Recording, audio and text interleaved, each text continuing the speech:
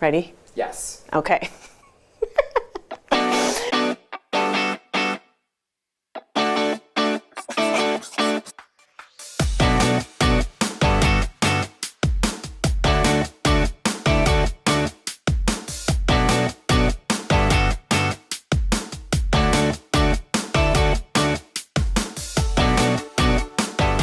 Welcome to the Super Fantastic Leadership Webishow right here on DaphneTube. This week, we are continuing with David Allen and getting things done.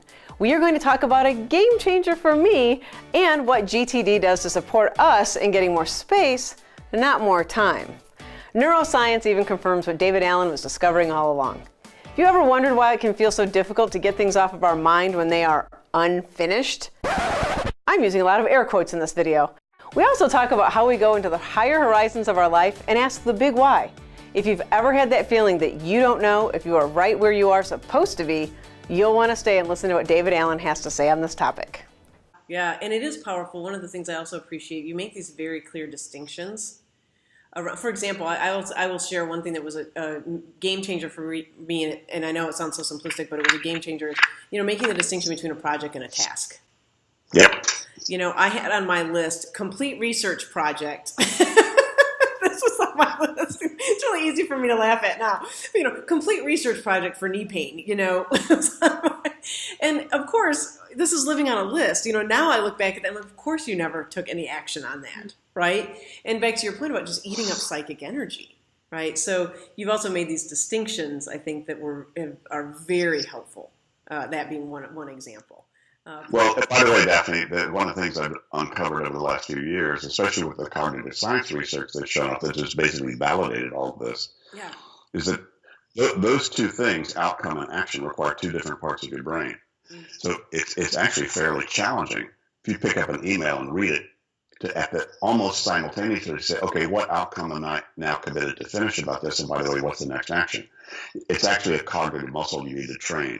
To actually train yourself to think about those things. Those things do not show up automatically or naturally. When you were born, you didn't turn around to your mom and go, "Hi, Mom, what are we trying to accomplish here? And what's the next step? Is that yours or mine?"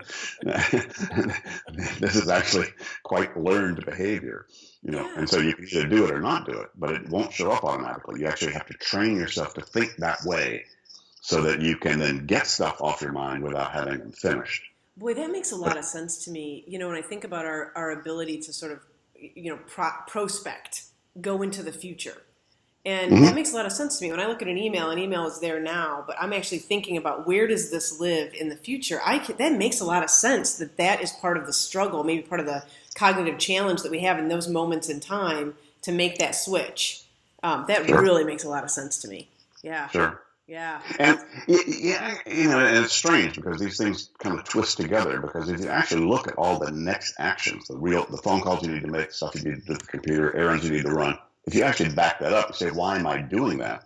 There's probably some project there that's driving it. Yes. Not only that, there's probably some accountability or responsibility in your life that's driving that project. And then there's probably some direction in your life that's driving all that back to your horizons of focus. So now you're back to, okay, oftentimes it's easiest to back up into those horizons to recognize them based upon what you're actually doing, as opposed to trying to create them out of the blue and then try to redesign your life based upon that. Right, which would be the other direction to go. So if I start living at 50,000, 40,000, what am I going to do? Wipe off, which I guess I could, wipe off everything on my runway. 10,000. I guess that's one way to do it. It probably wouldn't feel very friendly, and it's probably not a choice that I would make. But you're right, exactly. Versus getting control. It's really, and to that point, I mean, the folks listening to this might appreciate this. Sometimes when people start to get control and focus, they decide to leave their job or their company or do something different. Yeah. And sometimes when they get more control and focus, they realize where they are is exactly where they need to be. Yeah. And they feel much more fulfilled and much more delighted and have a lot more fun doing what they're doing. Right, because it can be tempting when you feel overwhelmed to just think, I need to stop all of this now. I need to get out of this job. I've watched people do that. It's not a friendly experience usually, because you can share obviously what your experience with, you watch people do that, but they often jump right from one frying pan into another frying pan. Right? It's like you are everywhere, and they seem to be found right in that same space again. So and I've lived that in my own life for sure. Making those decisions not the best versus getting some control first. So much wisdom from David in this little segment. Nevertheless, getting focus and control and things off our mind, even when they are unfinished, is a really brilliant thing to do. To hear more about the issue we can have with having incompletes and why, listen to my podcast, The Super Fantastic Leadership Show, and go to episode 92. You can find it at 3ws-daphne-scott.com and on iTunes. If you would like to know more about David Allen, go to the link below and also get his latest version of Getting Things Done. Stay tuned in the coming weeks for more great conversation with David Allen right here on the Super Fantastic Leadership Webishow. Until next week, keep living a super fantastic leadership life. Hey, if you like what you just watched, you can go ahead and subscribe below, because then it's not so much effort, right? You're not going to be Google searching me or looking for me on YouTube. The content's just going to come right into your channel. It's going to say, hey, there's a new video from Daphne Scott. Actually, it'll say DS Leadership Live, but nevertheless, it's going to tell you that there's a new video available.